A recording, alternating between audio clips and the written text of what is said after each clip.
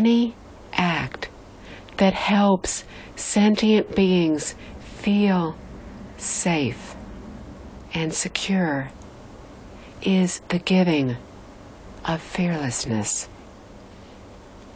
In doing so perfectly, we will attain healthy and long lives. Emperor Qianlong of the Qing dynasty, the last dynasty, attained wealth, intellect, wisdom, health, and long life. Honorable as a great emperor, and wealthy as one who possesses the entire world. He was truthful, clever, wise, and lived a long life. He was emperor for 60 years and supreme emperor, father of an emperor, for 4 years. He was endowed with these great virtues because in his previous lifetimes he had practiced the cultivation of the giving of wealth, of dharma, and of fearlessness.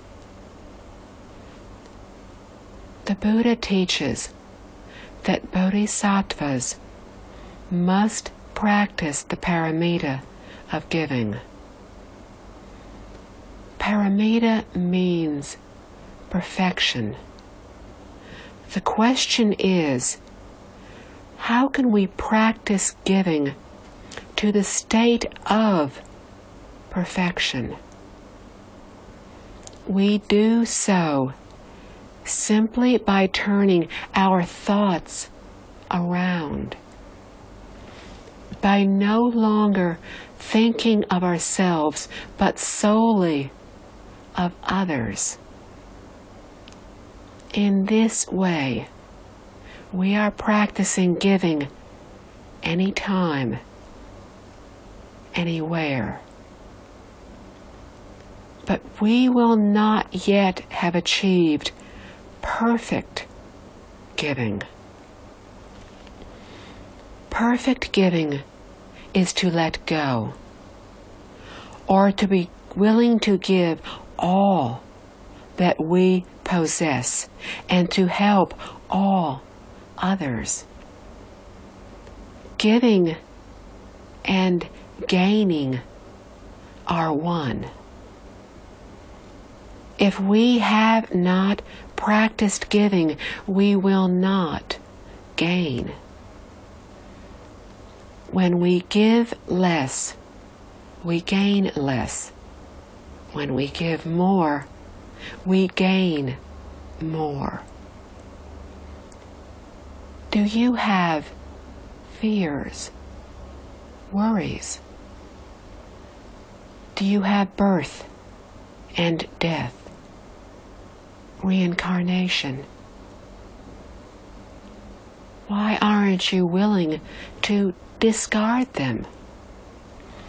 Giving is to part with all of these to attain great perfection and great freedom. This is the ultimate giving, the paramita of giving. We start by parting with our material possessions and gradually part with everything.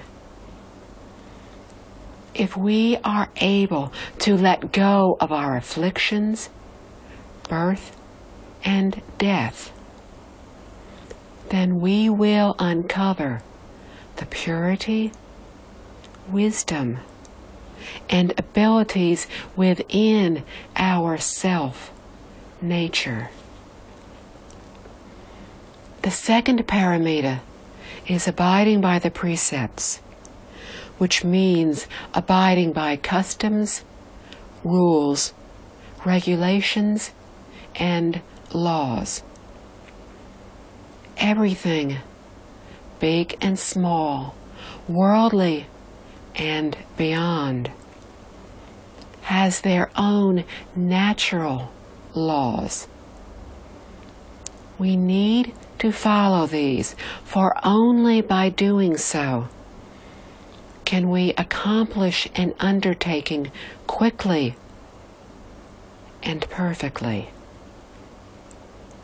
For example, within the family, we need domestic equity,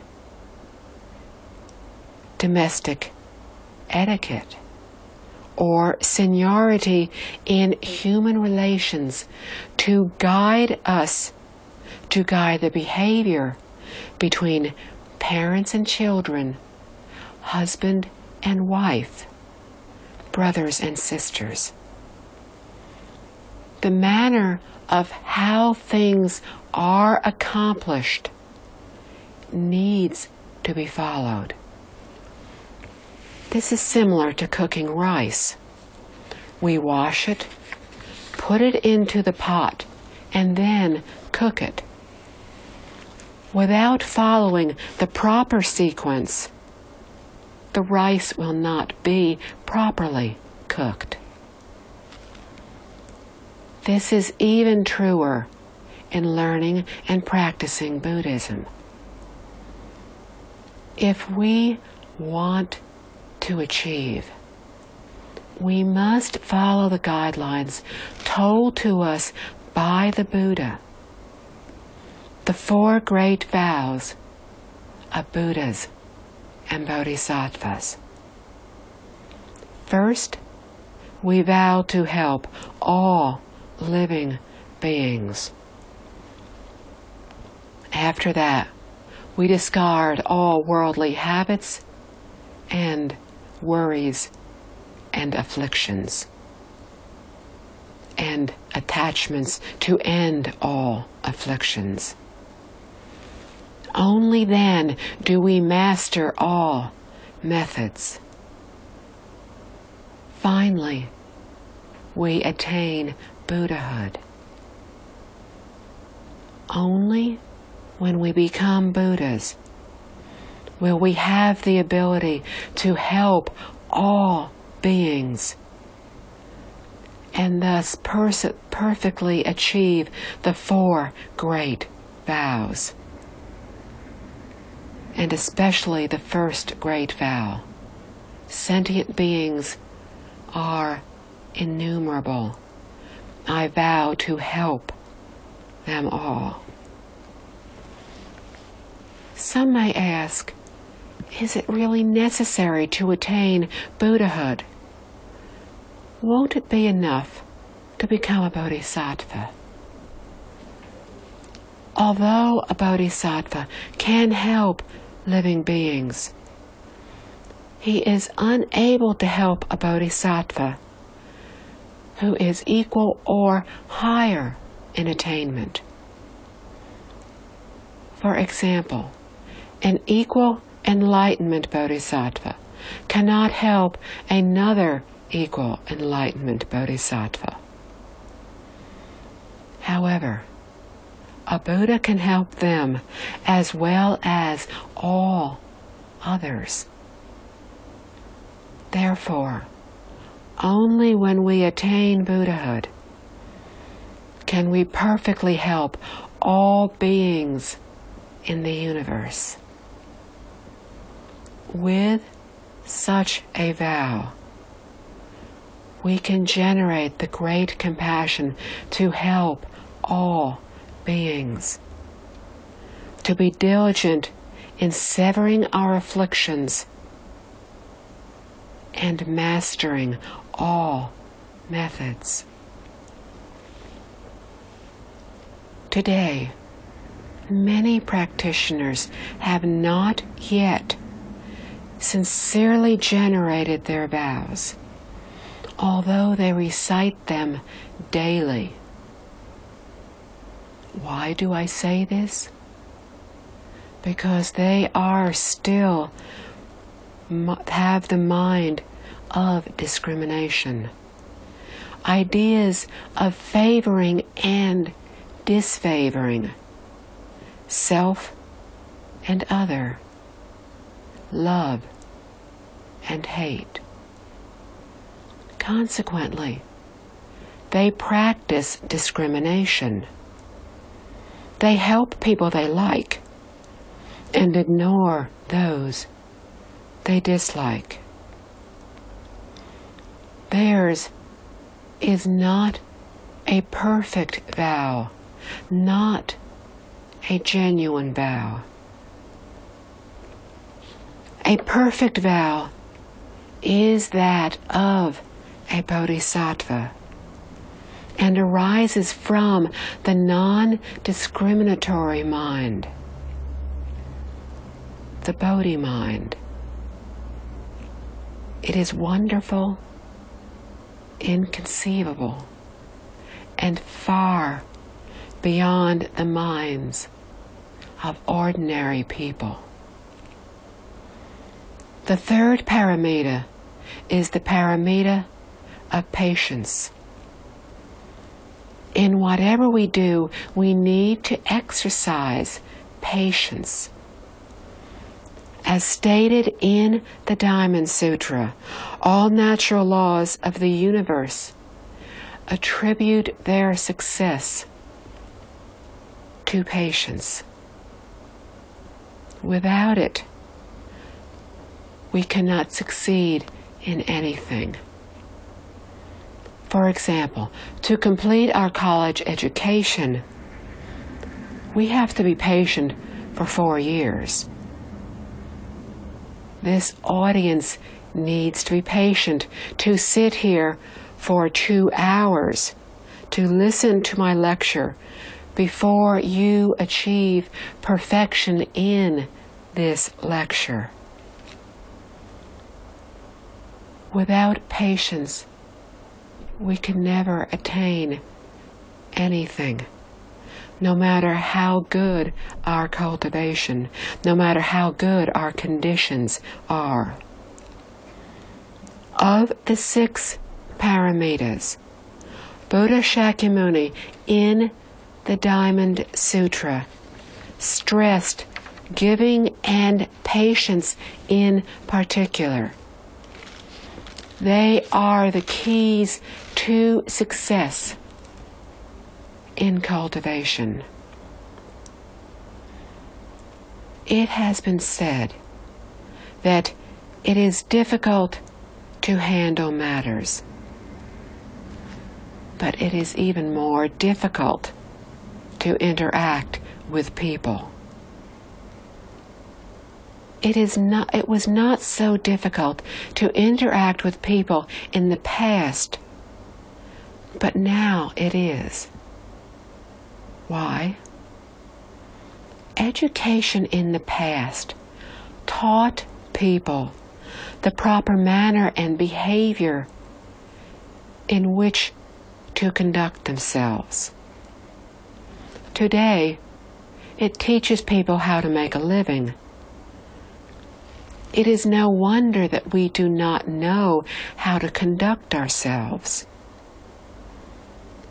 We are unable to understand the changing of our emotions, much less those of others. Therefore, it has become increasingly difficult to get along with other people. There are 3 categories of patience. First, tolerate the injuries of physical and verbal abuse. Patience is a virtue. With patience, we will have a quiet and pure mind. Thus, it will be easier to attain deep concentration and achievement. when we successfully practice patience, we will gain the greatest good fortune. Second, we would do well to practice patience where the variations of the natural elements are undergone. Hot and cold, summer and winter, hunger and thirst, as well as natural disasters. Third, be patient in the arduous course of our cultivation. Before attaining the joy of cultivation, and before our cultivation becomes strong, we will encounter many obstacles. However, once we get through this phase, we will attain happiness. Why? Because we are on the right path. This is like traveling on an expressway. Before we can get on, we keep circling around and driving around trying to find the entrance. This is very frustrating because there are many cars in our way and we cannot drive fast. We have to remain patient. Once we get on the expressway, it is much more pleasant because traffic moves smoother and faster with no hindrances. Our practice in Buddhism is like this. In the beginning, we move around trying different methods and schools. Which ones shall I choose? Which shall I learn? Some people are fortunate because they only spend a few years to find the right method. Others are not so fortunate and may take 10 to 20 years or even a lifetime in the attempt to find the right method. Fortune is the result of our good root, merit, and virtue, cause, and condition. With these, the Buddhas and Bodhisattvas will surely help us, as they never abandon anyone. And once we have the mind to accept their teachings, we will be helped by the Buddha to find awakening. Then our futures will be bright. Why does the Buddha not simply tell us what we need to know? He did, but we did not listen. We were told the method, but thought to ourselves, well, this may not be a good method. I heard that another one is better. We have thus argued with the Buddhas and Bodhisattvas.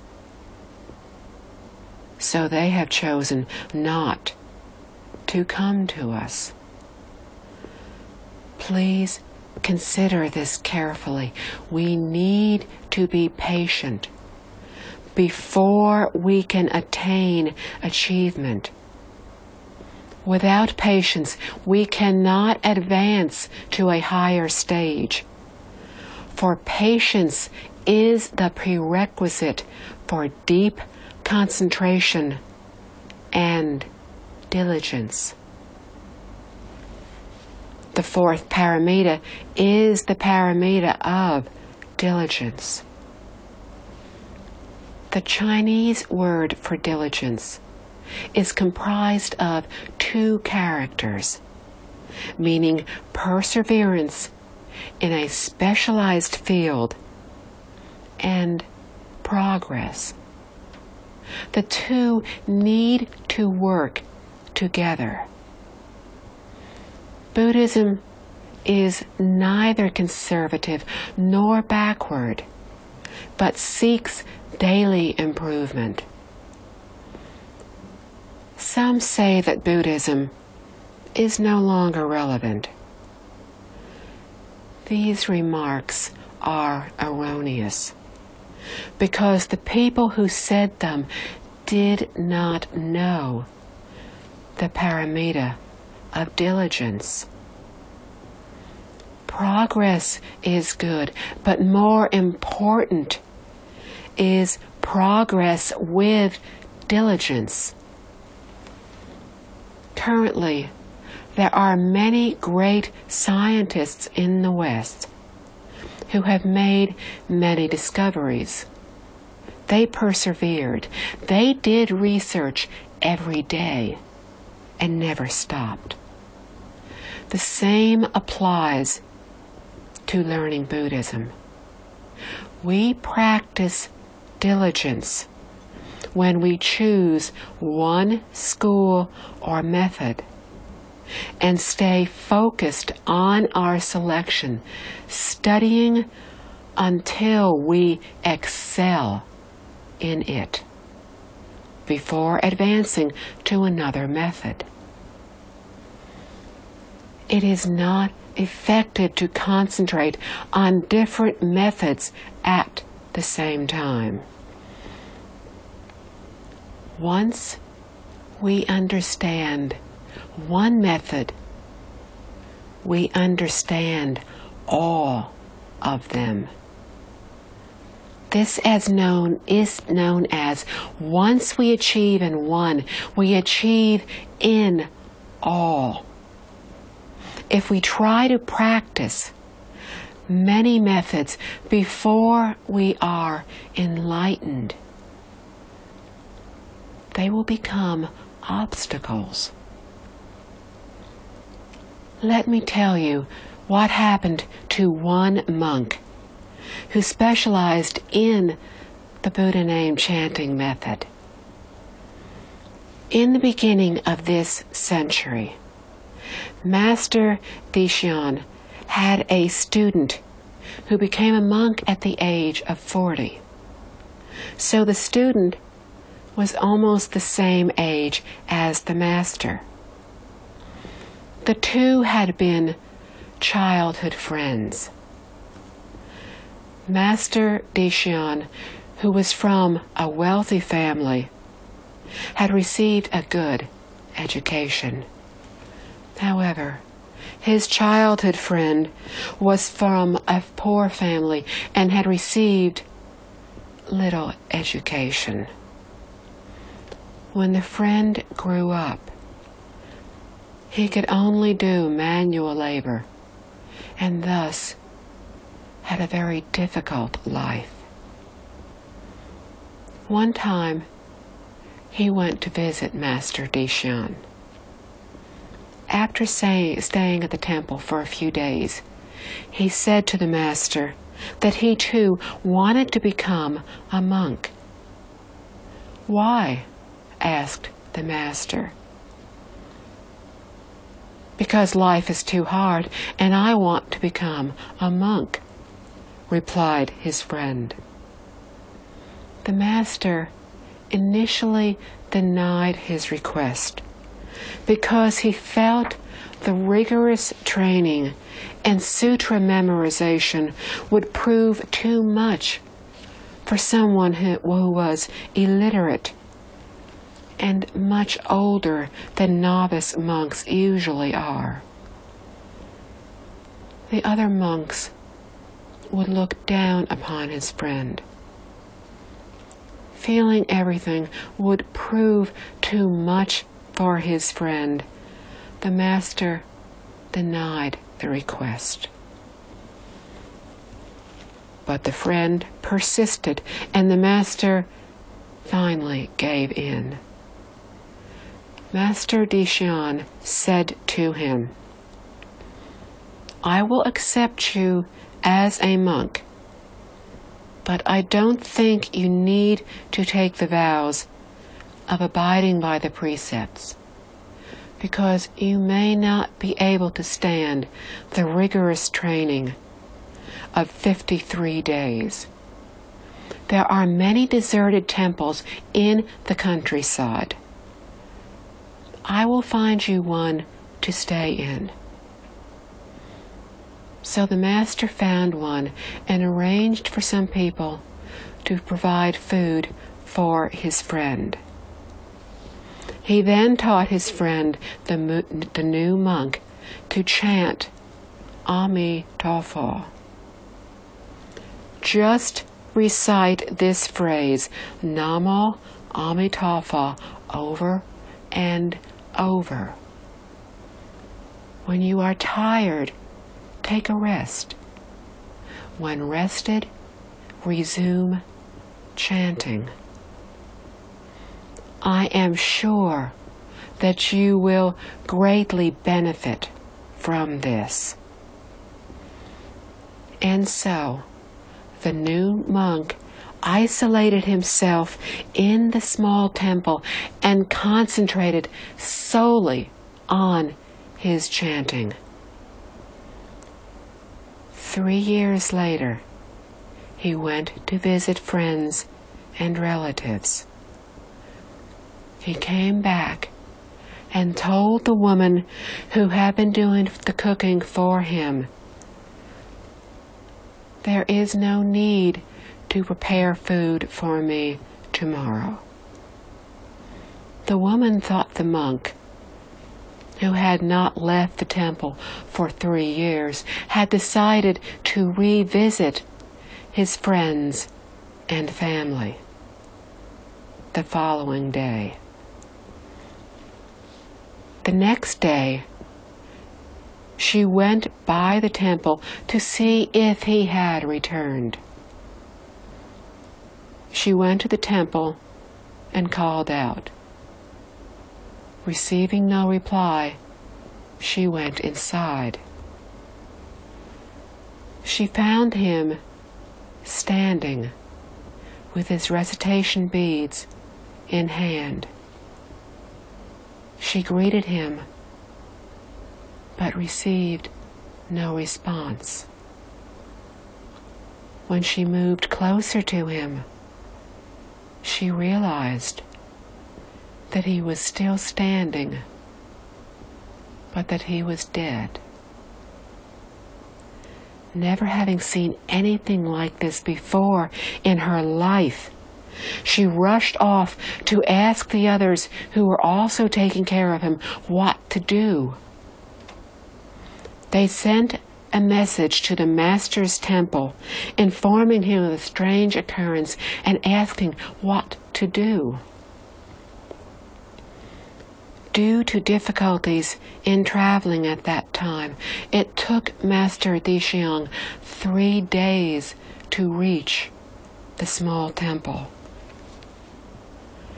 He understood that his friend had been born into the Western Pure Land. He looked at the still standing dead friend and said admiringly to him, "You have proved that your decision 3 years ago to become a monk was a good one. Not one of the Dharma masters or abbots at all of the famous way places can match your achievement." For 3 years, the uneducated monk had done nothing but recite Namo Amitabha. His single-minded, ceaseless recitation had resulted in his achievement of being freed from the cycle of birth and death and being born into the Western Pure Land. The practice of diligence is important regardless of what we are doing. Whether chanting Amitabha, sitting in meditation, reciting mantras, or studying sutras, we need to practice diligence. In studying sutras, we want to help ourselves as well as others. It would be best to specialize in just one sutra for sutra study and lecturing. In this way, each time we study and lecture, we will reach a new state of mind. We will improve each time. A person who lectures on the Amitabha Sutra will become Buddha Amitabha. A person who lectures on the Universal Door chapter after 10 years will become Guanyin Bodhisattva. A person who tries to learn 10 sutras in 10 years will become a jack of all trades and a master of none. Now we can see how important diligence is. Years ago, when I was a professor at the Buddha Light Temple, a Buddhist university in Taiwan, I recommended to the principal that each student specialize in only one single sutra. This way, in 10 to 20 years, your Buddha light will shine over the entire world. However, my idea was not accepted. If it had been, we would now have many experts giving Dharma talks. What a wonderful accomplishment that would have been. In this way, people who wanted a talk on the Amitabha Sutra would have had Buddha Amitabha to speak. People who wanted a talk on Earth Treasure Sutra would have had Earth Treasure Bodhisattva to speak. Every graduate from the university would have been an expert. Only in this way can Buddhism be widely accepted. So I hope that all those who give Dharma talks will become experts instead of general scholars. For while such students appear to be knowledgeable in many areas, in actuality they are incapable of mastering anything. On the contrary, students who specialize exclusively in one subject will turn out to be versatile experts. All the Buddhas and Bodhisattvas are versatile, but they all concentrate on their respective teaching. to be diligent is to delve deeply into one method. The virtue and benefits of practicing the paramita of diligence in this way are infinite. The fifth paramita is deep concentration, which includes the concentration levels practiced within the heavenly realms and beyond. The concentration of the heavenly realms is comprised of 8 levels. If we succeed in our cultivation of them, then we will be born into the higher heavens. Beyond the heavenly realms, deep concentration is found in the realms of Arhats and Mahayana Bodhisattvas. Finally, the highest level of concentration is that practiced by all Buddhas. The key to all methods of practice lies in deep concentration. It is a mistake to think that only Zen Buddhists practice deep concentration. Pure Land Buddhism uses Buddha name chanting to concentrate the mind.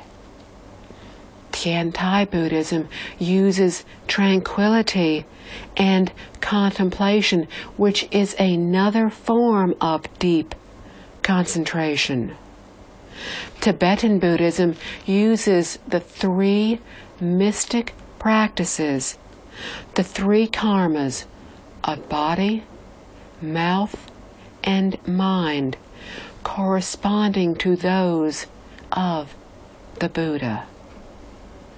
So although different schools use different methods, use different terms, they all practice deep concentration. Therefore, in the 6 paramitas, concentration encompasses the above forms, as well as all the phenomena in our daily lives. What is this concentration? Being the master of our mind. We have goals which will never be changed or influenced by the environment. Scientists succeed in their research because they do not allow themselves to be distracted by other concerns.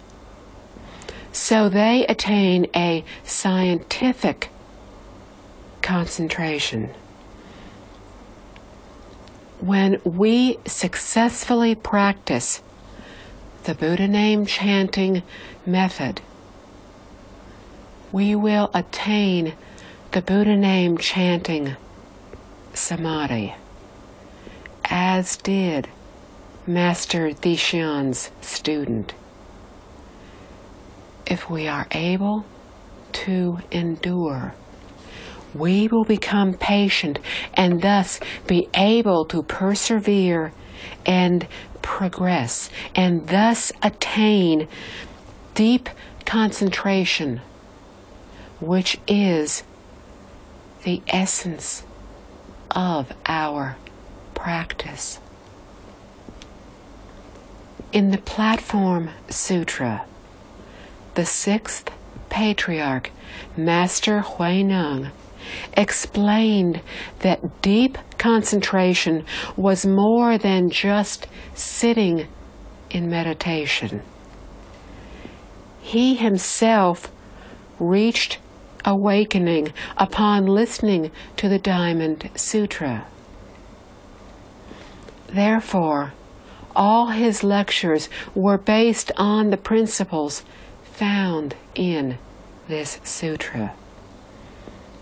He said that meditation is not being attached to any phenomena. Concentration is sustaining the mind of tranquility. In the Diamond Sutra, Buddha Shakyamuni taught that the proper attitude to have when encouraging others to practice Buddhism is, do not attach to changing form. Maintain the mind of stillness. Do not be moved. The Flower Adornment Sutra tells us of the 53 visits of Sudana. When Sudana went to visit Uxiang, a venerable sage who practiced deep concentration, the boy could not find the old man. Where was he? The sage was not to be found sitting in meditation at home or in the way place. He was found roaming around a market. What was he doing there? Maintaining the mind of tranquility by practicing deep concentration and the principle of not attaching to any phenomena. He was not sitting cross-legged, facing a wall, a position we often admire and expect of a master. We often find ourselves looking down upon the master who is bustling around in excitement. We do not yet realize that such a master has reached a much higher level of achievement than the one we see sitting in the lotus position facing a wall for hours. A higher level of deep concentration or samadhi can exist in all acts. Why is deep concentration so important? Why did the Buddha caution us to stay away from form and to remain unmoved in our hearts? Because all forms are illusory. All phenomena are like dreams, bubbles and shadows are unattainable. The Buddha sees through everything and urges us not to give rise to any discriminatory thoughts and attachments. If we can do so, then we will uncover our true nature and attain the Buddha's understanding of all things in the universe. This is the paramita of wisdom. The sixth paramita is intuitive wisdom. We apply it in our daily lives as we learn the Bodhisattva way. We know everything around us, but we do not cling to it as we do our best to help others. Why? This act of helping others originates from the thought and practice of Buddhas and Bodhisattvas. Unconditional compassion for all beings as we are all one entity. This is like a person naturally using the left hand to brush away a mosquito that is biting the right hand. Would the left hand ask why it should help the right hand? Of course not. They are both part of the same body. Today, we have temporarily lost our self-nature, not knowing that all beings and we are one entity. So we discriminate between others and ourselves, thus becoming perplexed and obsessed, spreading confusion, committing wrongdoings, and thus bringing sufferings to others and ourselves.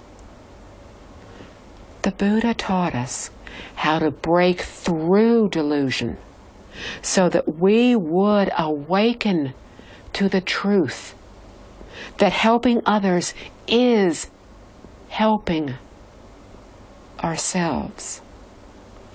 Such a heart of compassion is unconditional because it originates from the understanding of unconditional compassion for all others as we all are one entity.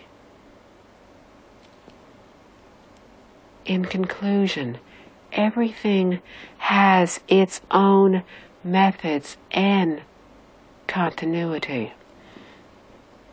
This is abiding by the precepts.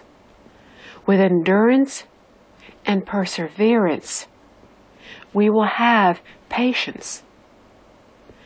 To specialize without slacking is diligence. To be master of our mind and not swayed by external conditions is deep concentration. To thoroughly understand all phenomena is wisdom. Therefore, the Buddha taught us to adopt the 6 paramitas of giving, abiding by the precepts, patience, diligence, deep concentration, and wisdom into our daily lives. In this way, we are practicing the Bodhisattva way. It is a mistake to think that once we have accepted the Bodhisattva precepts, we will automatically become a Bodhisattva. If we are ignorant of the 6 paramitas, and thus cannot apply them, then even if we have accepted the Bodhisattva precepts, we will be no more than clay idols, unable to even help ourselves. Only when we have applied the first 4 of the 5 guidelines, the 3 conditions, the 6 principles of harmony, the 3 learnings, and the 6 paramitas, will we truly be a student of the Buddha and be close to bodhisattvas. Based on the foundation of the 6 paramitas, we can progress to the next level of our practice, which is comprised of the 10 great vows of universal worthy bodhisattva. These vows were taught to us by the Buddha in the Flower Adornment Sutra. This is the last stage of our cultivation leading to Buddhahood. We cannot practice the 6 paramitas and advance to the 10 great vows until we have fulfilled the first 4 guidelines. The main characteristic of universal worthy bodhisattva is an immeasurably broad and compassionate mind, a compassionate heart. Every one of his vows is complete and perfect. The first vow is to pay respect to all Buddhas. Who are Buddhas? We read the Flower Adornment Sutra. Sentient or insentient, all attain wisdom. So all beings that have self-awareness and all things such as plants and minerals are Buddhas to be. With respect for all beings and things, not just the present beings, we will foster the heart of universal worthy bodhisattva. His heart is different from that of most bodhisattvas. Buddhist practitioners are respectful to the Buddha, but this respect may not be completely sincere. Why not? If we are listening to a lecture, but suddenly think of an important appointment or have a call on our telephone or pager, what will we do? We will leave the hall immediately to go attend to business or to answer the telephone call. So our respect, our belief are not genuine. If we were truly sincere and respectful, we would regard attendance at the lecture as our prime concern. But in fact, if we are listening to a lecture on the sutra, and someone tells us that there is a business opportunity that will make us $1 million, we will leave the lecture. Our respect, our belief are not genuine enough.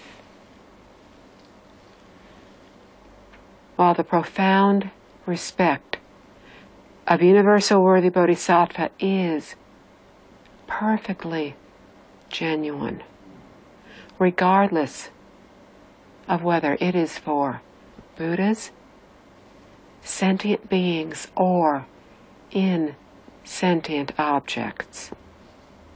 Why? He understands that they all have a Buddha nature. Therefore, offending a sentient being is offending a Buddha. Thus, we too should respect all beings. then how do we act towards tables and chairs? They are also to be respected as beings. For everything is the result of the joint forces of all causes. What is the right way to show respect? Prostrate to it 3 times a day? No. That is the way of a Buddhist idiot. To show respect to material objects, we just keep them orderly and clean. For example, books go neatly into the bookcase. When doing something, we are earnest and responsible, trying to do it the best we can. We treat people, matters, and objects with equal respect. This is the virtuous way of universal, worthy bodhisattva. This is the expanded and perfected way of the 6 paramitas, and therefore is the most perfect and effective way for Buddhist cultivation. Amitabha.